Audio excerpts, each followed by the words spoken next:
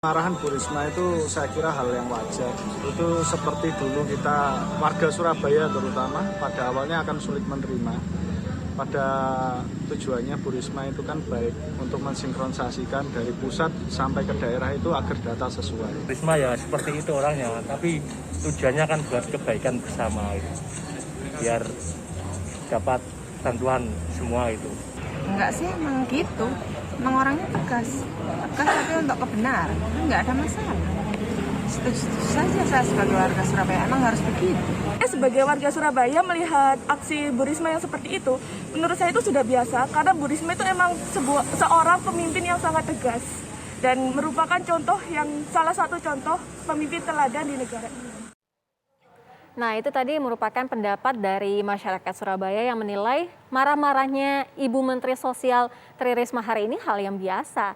Mas Kirdi, jadi artinya ekspresi kemarahan ini bisa tidak memicu ataupun meningkatkan kualitas kerja dari anak-anak buahnya ini? Oke, jadi kalau ditanya apakah kemudian marah-marahnya Bu Risma bisa meningkatkan kinerja apa tidak? Iya. Jawabannya di satu sisi iya. Di sisi lain itu menimbulkan misalnya justru ada orang yang kalau misalnya takut malah jadi nggak bisa kerja. Oke. Itu betul ada. Tetapi dalam posisinya Bu Risma, posisi menteri nih, ya nggak mungkin Bu Risma harus memilah-milah satu-satu, orang terdekatnya bisa. Orang terdekatnya bisa. Tapi kalau sudah jauh kayak gitu, kalau semuanya harus dipilah-pilah dulu kelamaan. Malah dia nggak akan bisa mencapai target kinerjanya dia sendiri. Apalagi tadi kalau kita dengar dari warga Surabaya bilang memang sudah karakternya seperti itu. Kenapa teman-teman di Surabaya, saudara-saudara kita Surabaya itu sepertinya seperti itu, bukan belain sepertinya.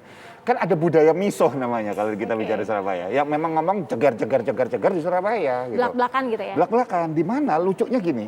Coba bayangkan, suatu hari Bu Risma setelah mendengar protes, mendengar segala macam, datang ke sebuah wilayah lain. Nih habis ini nih, besok gitu misalnya, atau lusa gitu.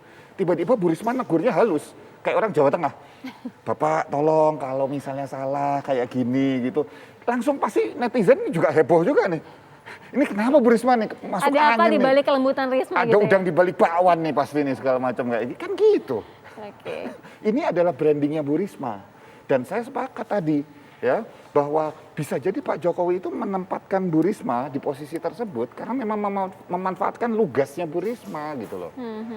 Dan kalau kita bicara apakah kata-katanya itu kasar kan tidak, keras iya. Kan nggak keluar kata-kata kebun binatang misalnya, kan kayak gitu. Ya, dimana kalau kita bicara tadi yang saya katakan, frameworknya, kerangka kerjanya, konteksnya, caranya itu memang jeger. Tapi isinya gimana? Bener nggak Bu Risma? Oke, Tanya. baik.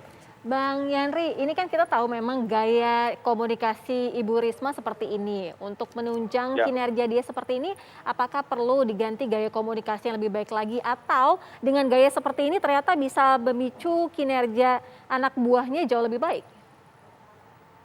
Saya khususnya gini ya Mbak Sirah, untuk di Kementerian Sosial, tingkat pusat ya, di kantor Kementerian Sosial, dengan gaya Bu Risma seperti ini, saya lihat ada perbaikan yang sangat signifikan. Artinya kegesitan, tanggap, kemudian mau bekerja sungguh-sungguh, yaitu akhirnya mengikuti gaya Bu Risma yang secara sungguh-sungguh, tulus, ikhlas untuk melayani rakyat. Nah, saya curiga gini Mbak Sira, ini agak mungkin bilang lucu, tapi saya curiga begini, mungkin ya, daerah lain itu karena belum lihat Bu Risma marah, ditunggu mungkin Bu Risma pas datang, udahlah kita salahin dulu datanya biar Bu Risma marah gitu. Mungkin itu juga. Nah, maksud saya jangan sampai ini ada skenario seperti itu gitu loh. Oleh karena itu saya pastikan bila mana semua data itu baik, nggak mungkin Bu Risma itu marah.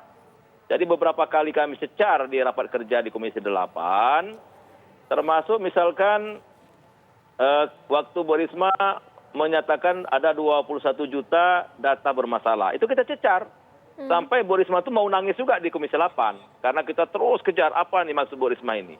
Ya dengan penjelasan Bu Risma itu bagus. Tuh. Artinya sekali lagi mungkin inilah momentum untuk kita memperbaiki Kementerian Sosial sampai ke tingkat bawah dengan gaya Bu Risma. Ya kan, sehingga kita terpicu dan terpacu gitu loh untuk sama-sama memperbaiki data terpadu kesejahteraan sosial. Makanya perlu dukungan dari pusat sampai ke RT RW. Kalau itu yang kita lakukan, saya kira data kita akan rapi dan kami dengan komitmen yang berhak menerima benar-benar menerima, yang Oke. tidak berhak menerima Baik. jangan menerima. Nah, Baik, Bang Yandri, kita akan lanjutkan usai jeda. Kabar Petang Pilihan segera kembali.